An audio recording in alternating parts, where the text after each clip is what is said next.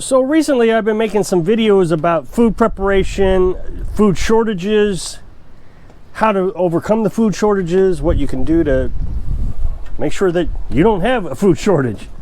And these videos have been doing fantastically well. I mean, I don't know how to express it enough. Apparently a lot of people are concerned about food shortages. So I thought I wanted to discuss some things that has concerned me about some of my commenters. So I've talked about food preservation quite a bit. And last year, you'll know that we canned hundreds of cans of chicken and pork and beef and bacon. We also salt cured some pork. So I've been really trying to discuss some of the best methods, some of the best practices. Like the salt cure didn't do as well as I had hoped. It didn't take out all the moisture. So after a couple weeks, it went bad. I mean, you can preserve it for a couple weeks. Smoking food, we determined that you have to vacuum seal it in order for that to work. We're going to start dehydrating food. We bought a dehydrator for vegetables and fruits. Carolyn's playing around with, but we're also going to try to buy packages of meat, and we're going to dehydrate it over the little wood stove that she's got over here. Sorry about the tarp. The tarp keeps blowing down. We've had some serious storms over the last 24 hours, so I'm kind of hanging out under here. I walk outside with this selfie stick. The selfie stick isn't waterproof. The camera is, but the selfie stick isn't. So I walk outside and it starts downpouring. I'll lose my gyroscope selfie stick. It's pretty expensive. I don't want to do that. As you know, we pressure can our meat. And so there's two methods of canning foods. You can water bath food or you can pressure can food. Now, if you're in a water bath, what that means is that you're going to put your food in a jar, and then you're just going to boil the water for a specific amount of time. And there's instructions all over Google how long you boil it for. Water bathing, according to all the scientific studies, you can only do with acidic foods like tomatoes and fruits. Now, there are going to be people right now who's going to jump down in the comment section and tell me that's not true. You can water bath everything. You just have to cook it longer. Well, that is very dangerous. And it's not a matter of if you're going to get sick and die. It's a matter of when you're going to get sick and die. I just looked this up again today. If you're water bathing green beans and meats that are not acidic, all of it carries botulism. Botulism is a mold, from what I understand, and it's on everything. Everything on the planet has botulism on it. Botulism, though, cannot survive very well, or cannot do its thing. It cannot be poisonous in a high oxygen environment. So me touching this banister right here, got botulism in my hand, no big deal, plenty of oxygen, it can't do anything to hurt me. But when you vacuum seal your jar, you're removing the oxygen, and you're doing that to get rid of all the bacteria. And so that in order to keep the meat from spoiling, you have to remove the oxygen. The problem is now you've just created a perfect environment, low oxygen environment for botulism. And it thrives in here. So then you open it up, you cook it, you can't cook it out, you eat it, and then it does something to the brain, and it kills you. This was a real problem before pressure canners were available. Lots of people died from botulism who can their own food. So I'm not ever going to can non-acidic foods in a water bath. We are going to do tomatoes. Probably don't ever do fruit. We'll dehydrate fruit, but the tomatoes we're going to can in mayonnaise jars because you don't have to have high pressure vacuums and all that. So you can use mayonnaise jars and different things. Anything that'll hold a seal, it'll be fine with tomatoes. Botulism cannot survive in an acidic environment. So high oxygen, high acidity, botulism can't do anything. Now what's interesting about botulism, it's the most poisonous substance on the planet, is what I read this morning. 1 ounce of it can kill 175,000 people. Now, they use botulism for people who's got wrinkles, Botox, that's what they call it, Botox is botulism. And they use a very minute amount and they dilute it. So if you're going to can meats, I can't stress this enough. I can't believe how many people have said in the comment section that I'm wrong. You can can meat in a water bath. Well, it's just too dangerous.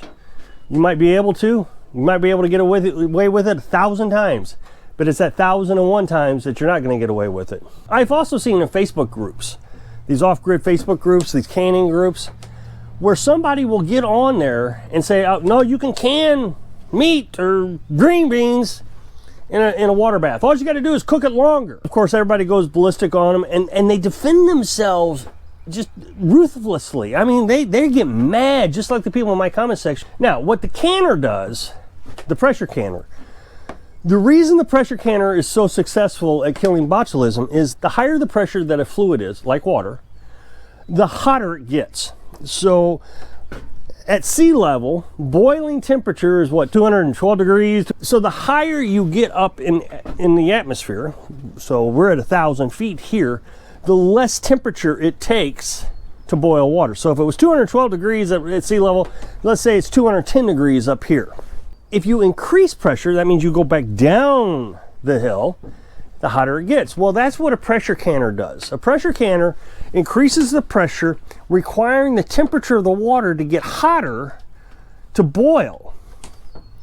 And then it starts to steam off. So that's what you see with the little jiggler. It's gotten so hot, now it's starting to steam off, and it jiggles that little weight. And that weight is what's causing the pressure, holding it down, and then it pressurizes. Let's just say the canner gets up to 230. I'm just using this as an example. Now, up here, I have to use more weight than I do down at sea level.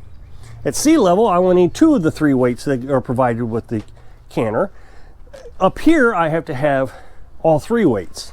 That's 1,000 feet and above. I'm right on that edge, so I don't take any chances. I go ahead and put the 3 weights on it. It's no big deal to me. It just cooks a little hotter. It's not like you're going to burn it. It's not going to burn. So now you've added more pressure, it increases the temperature, and then it kills the botulism. So you don't even have to worry about it. Inside of this can, all the botulism is dead.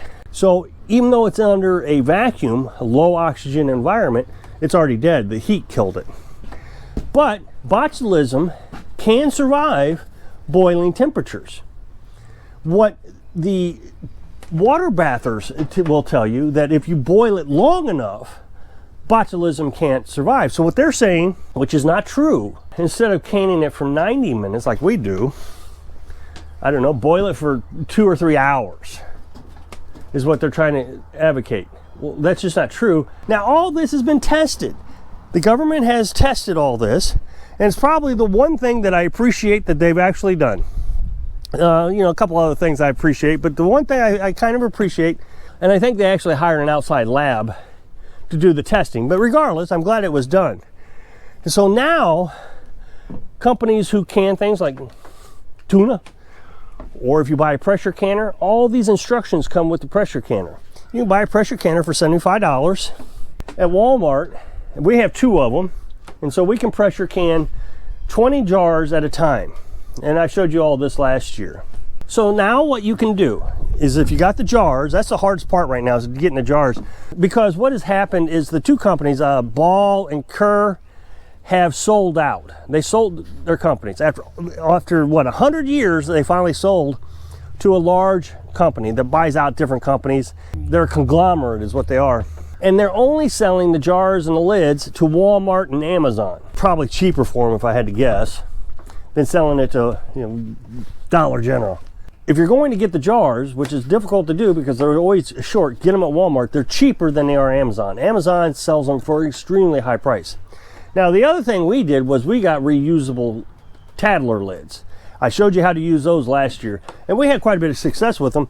We've only had 1 fail so far, which is actually less than the regular lids. I think we've had 2 regular lids fail on us.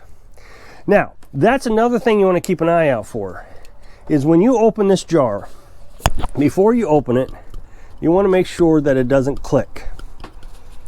Make sure it's pushed down.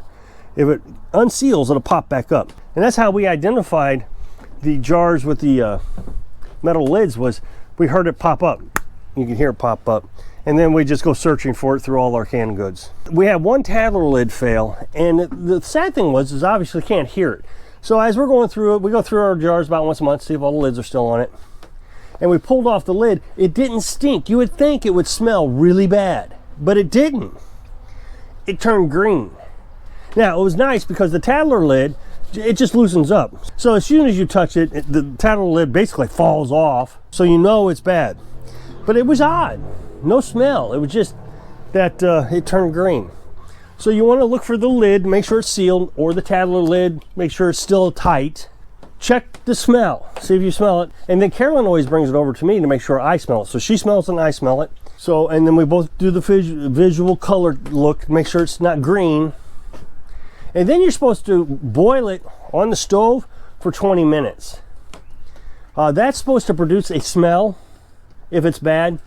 The one thing that I didn't mention is botulism does not smell. There's no smell to it. So there's no way to identify that you have it in your jar.